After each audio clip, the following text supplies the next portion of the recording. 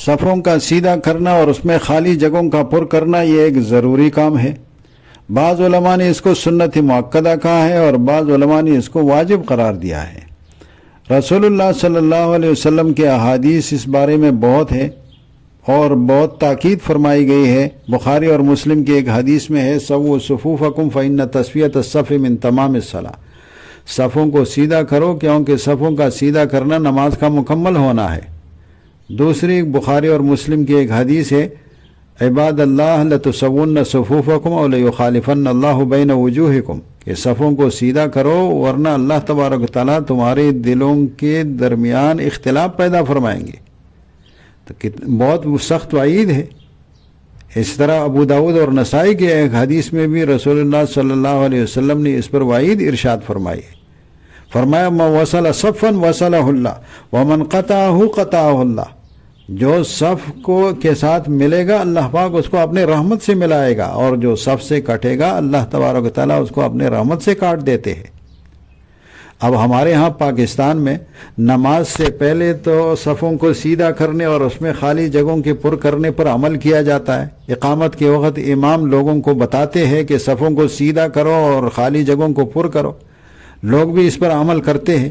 لیکن اگر نماز شروع ہونے کے بعد نماز کے دوران اگر اس کی ضرورت پڑے کہ صف میں کسی خالی جگہ کو پر کرنے کے لیے نماز کے دوران آگے بڑھنا ہو تو اس پر لوگ عمل نہیں کرتے ہیں۔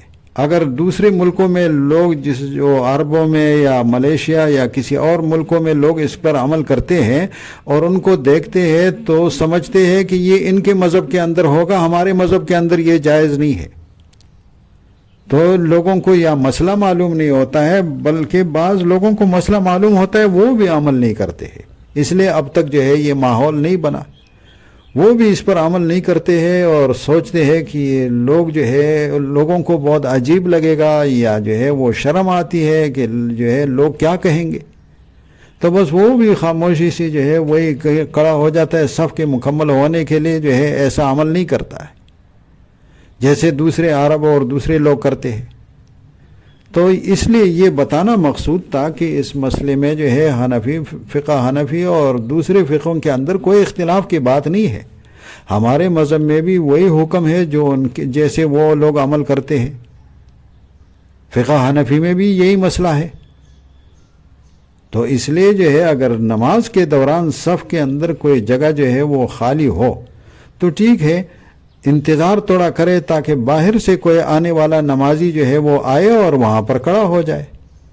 اچھا یہ بھی عرض کر دیتا ہوں کہ اگر باہر سے آنے والے کے لیے اگر یہ رکاوٹ ہو کہ وہاں پیچھے صف بنی ہوئی ہے اور لوگوں کے سامنے سے گزر کر جو ہے نمازیوں کے آگے سے گزر کر جو ہے وہاں پہنچنا پڑتا ہے، تو نمازیوں کے آگے سے گزرنا اس کے لیے جائز ہے۔ نمازیوں کے آگے سے گزرنا جیسے عام حالات کے اندر منع ہے، یہ صورت اس سے مستثنا ہے، یہ استثنائی صورت ہے۔ علامہ شامی رحمۃ اللہ علیہ فرماتے ہیں کہ اس مسئلے کے اندر یہ استثناء ہے۔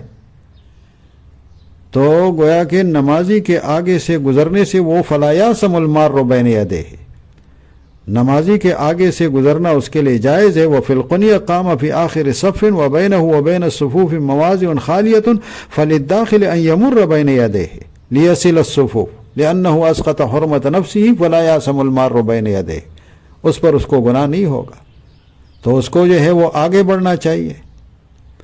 بلکہ اگر کہیں ایسے ہو کہ وہ لوگ قاعدے میں بیٹھے ہو اور صف مکمل بنی ہے اور لوگوں کے جو ہے وہ درمیان سے یا جو ہے وہ ان کے جو ہے کندھے کے اوپر جو ہے وہ صف کو پلانگتے ہوئے وہ آگے جو ہے صف کے خالی جگہ میں پہنچنے کی ضرورت ہو تو یہ بھی استثناء ہے۔ ویسے جو ہے وہ صفوں کا پلانگنا عام حالات میں تو منع ہے، لیکن وَلَوْ كَانَ فُرْجَةً فَلِلدَّاخِلِ أَن يَمُرَّ عَلَى رَقَبَةِ مَن لَّمْ يَسُدَّهَا، تو وہ صف کو جو ہے پلانگتے ہوئے آگے بڑھ کر جو ہے وہ خالی جگہ کو پر کرے گا۔ اگر بالفرض باہر سے کوئی نہیں آیا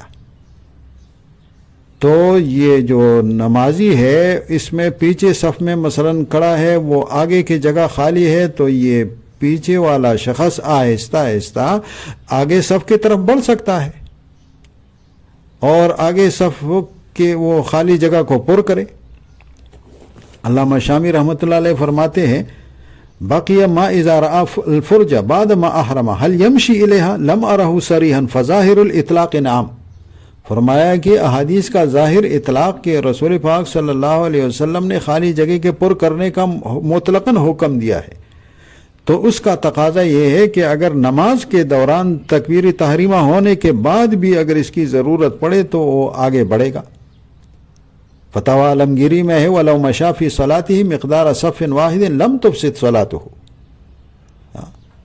محیط برہانی میں ہے وَقَضَى كَمَا قَالُوا فِي رَجُلٍ كَانَ فِي الصَّفِّ الثَّانِي فَرَأَى فُرْجَةً فِي الصَّفِّ الْأَوَّلِ فَمَشَى إِلَيْهَا فَسَدَّهَا لَمْ تُفْسِدْ صَلَاتُهُ.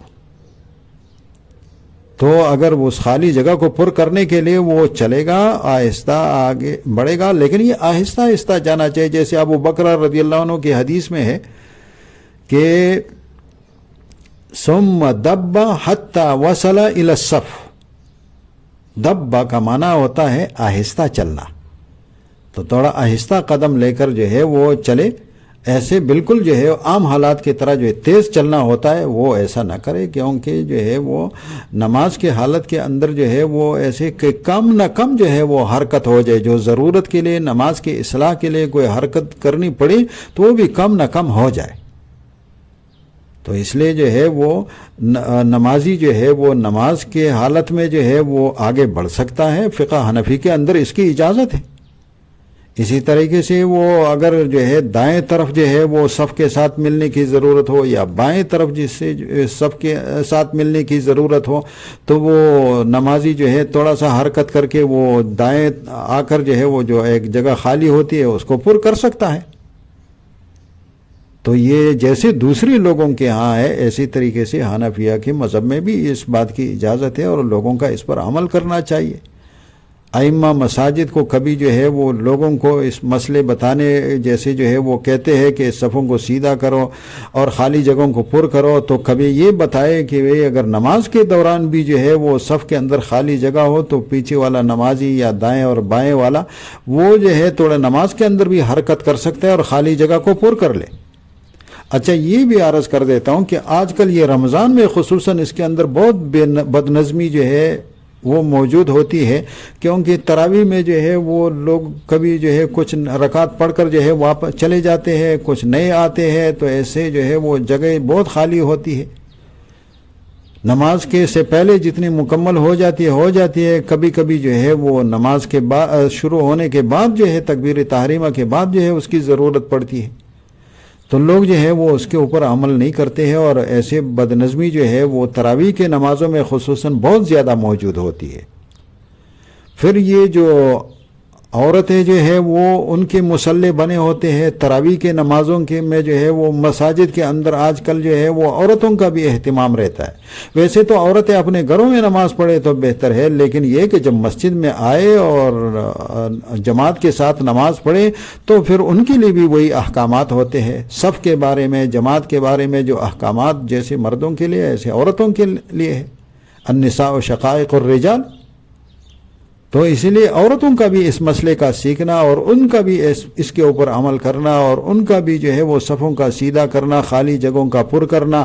اور اسی طریقے سے اگر نماز کے دوران جو ہے وہ ضرورت پڑے اور اس میں نماز کے دوران حرکت کرنی پڑے تاکہ خالی جگہ کو پر کر لے تو وہ بھی اس کے اوپر عمل کر لے.